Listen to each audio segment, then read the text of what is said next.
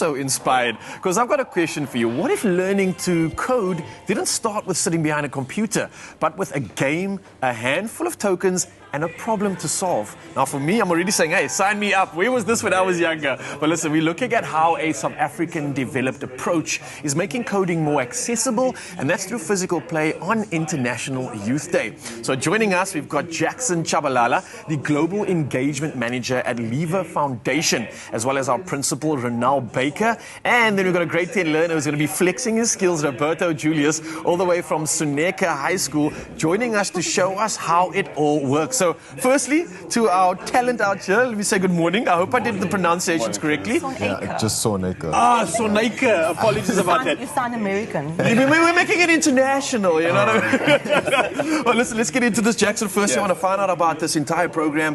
Where was the problem first in terms of why you needed to even create this to solve what exactly? What were you experiencing? Oh, great. So 22,000 schools in the country. Yeah? More than half of them, 2/3 of them don't have computer labs. Oh, geez, so that's like access to computers. Exactly. Sure. And then you look at rural spaces and quintile 1 to 3 schools not having access, and we're like, what's the easiest way we can solve this? Learners like games. They do, yeah. Some puzzle pieces. We then developed this from Nelson Mandela University, partnering with Lever Foundation to find a way to teach coding concepts without the use of computers by playing a game. So we can go to any rural school, community, doesn't need internet, doesn't need electricity. If the app is on your phone and you have some puzzle pieces, you can learn the basic concepts of coding, and this is what allows us to roll it out and also to train a teacher, because it's very simple for the teacher to learn and they can run it in a classroom. And I love how you didn't create another problem about, okay, now we need to create a device, and now we get a device in the schools. Work with what we have, the South African way, where everybody has a mobile device. Precisely. So smart, Jackson. Yeah. So, Ronel, you've probably had experience in this, being the principal at your school. Have you seen this taking place? Yeah. So Roberto's journey started in grade 8. Oh, wow. And we've been with Tangible, now the top school, because I was Say it again, we didn't hear that. Top school. The top school, you hear that? Here's the reason why. So 2 years, he was a grade 8 learner, was part of the program for 2 years, and obviously the stress of maths and science. So that's my burden. Yes. I need to create opportunities. Just you saying this, giving me trauma again. Yeah. So it was an obvious choice, because through the 2 years of the program, he then just automatically chose maths and science as his future career. And he was saying to ma'am, being part of this program for 2 years, my problem-solving skills, my collaboration skills, my mathematical skills, it's impacted and has changed his life completely. Oh. So he's a top learner, maths and science learner. I see all the badges there. Ambassador, the man's 2024, 2025, academics, 2026 is probably going to come soon as well. And Tangible is the answer. Okay. I mean, this is coding.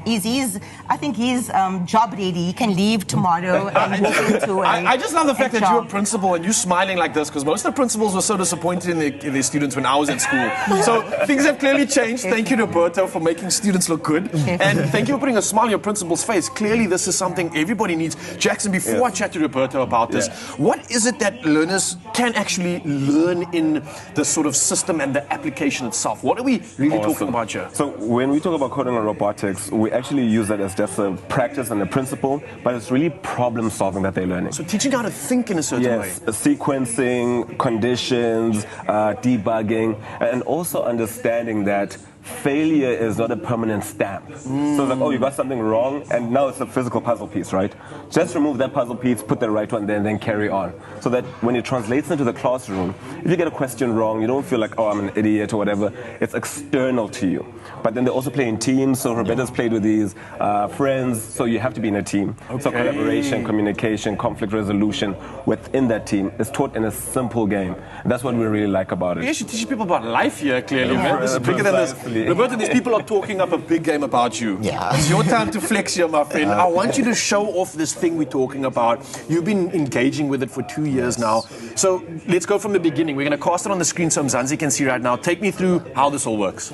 So with regards to the game, what it does is there are these codes, these QR codes within the puzzle pieces themselves. Okay. So when you take a picture And I'm looking at a puzzle piece right Yes. now, right? So this is one of the puzzle pieces. This is one of the QR codes, and you can see there's a lot of variation on this. Yes. Beyond that, I don't know what's going on. So with the regards to the differences in it, it's to show the different movements you wanted to do. Okay. So in the later levels, obviously above 10, we normally use these complex ones which involve the if statement, the repeat, as well as the while path is clear. What words are you saying, man? Whoa, okay. Are these like commands that you are inputting or basically. programming? Yes. Okay. So it's basically to start you off. It's not to throw you in the deep side of coding programs where you're just typing. This gives it a more friendly approach, a more, how can I say, a more easier approach. Like you can digest this more Yeah, easily, more you can consume this. digestible, And I would imagine that what I'm already seeing is there's no crazy like JavaScript language here and C++ and stuff like that. No. Do I need to know that in order to master this? Not at all. These come very easy. The Okay. teacher that taught us with a breeze because he really understood it and he made it easier for us to understand as well. And considering it's a game, we all love games. Okay, It yeah, made it- absolutely, yeah, man. So can we play the game now? Is there anything we can do and show off? Yeah. So we'll start with level 6. Okay, level 6. So we can all see that this requires a bunch of directions. But what they want is for us to capture that man, being the hunter, before he reaches the rhino at the bottom. Okay, so this is like a poaching example Yes. we're playing out here. Yes. Environmental issue. Yes, it's bringing Beautiful. awareness to what we're experiencing here in the Cape. The rhinos going extinct. We really get to go in depth with it because we are currently the people that's catching the hunter Yes. and preventing this from happening. Yes.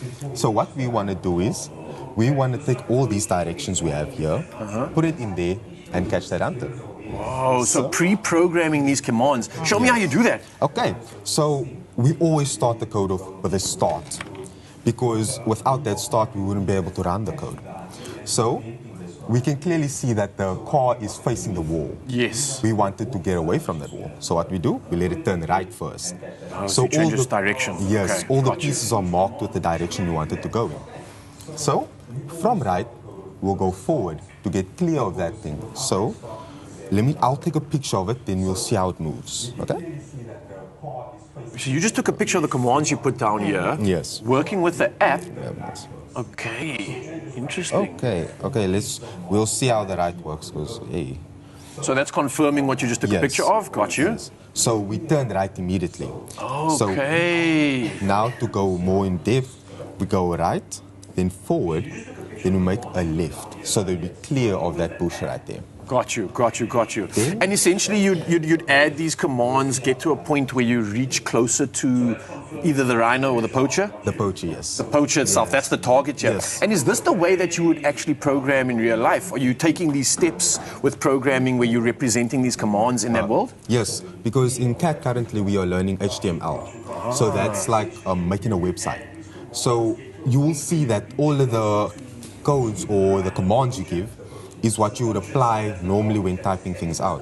So this just gives you that base information to be like, I have to do this first before I can do that, before I can do that. And forces you to think in a certain way that Yes. allows you to problem solve and pretty much understand the language at the same time. Yes. Man, this is really cool. Roberto's educating me here, an old man on Expresso, and this kid is showing me the ropes. I think this is incredible. I wish we had more time to really show everything off, but I think this is the opportunity for you, Mzansi, to get involved with this program. I mean, maybe reach out to Jackson, get it involved in your schools, and maybe encouraging all learners to be a part of this way forward. And I can't thank you enough, Jackson, for doing this, man. Where can they find it if they need to? So info at levafoundation.org, Okay. and then we'll give you all the details that you need from there. Okay, Roberto, you have flexed officially. You've shown us why you deserve those badges. Mzansi, it's time to get educated. Find them online. You know where it's at. Nice stuff, guys. Thank you.